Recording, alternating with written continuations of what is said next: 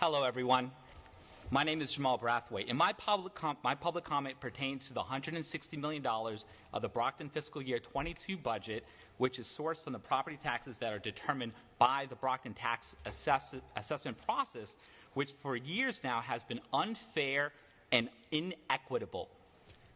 My request is that prior to any vote on this budget, can the City Council President, Winthrop Farwell, request from the Brockton tax assessor a population list of all properties that received a tax assessment reduction in 2020 and 2019, so the City Council as a whole can review this list to determine if further action is required to provide assurance to the public that Brockton has a fair and equitable tax assessment process.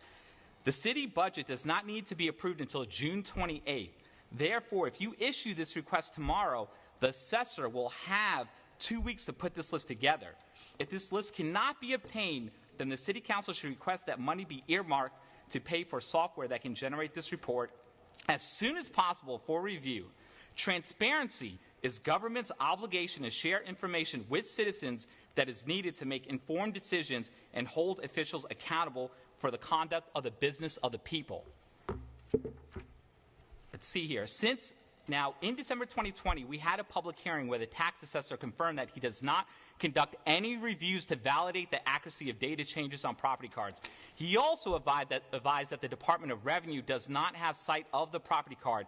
He advised that they do not provide a written report to confirm that the DOR scope of review, what the review was, and is that, and as well as what he advises that there's some certification that they receive. Well, certification will be in the form of a letter or an email. He said he has nothing. A certification would identify what was your scope of review, what were your observations, what are areas for remediation. And the chair said there's no report.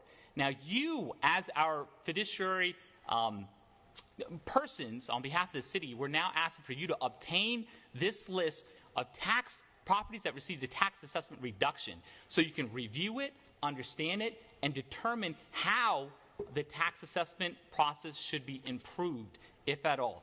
I have a documented list of recommendations here.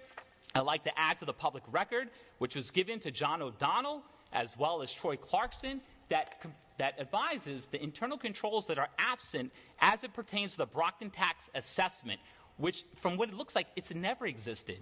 So if you would like to take this, it's yours for the taking. That'll be all. Thank you, Mr. Thank you. Brathwaite. I'll take one. All right. Thank you very much.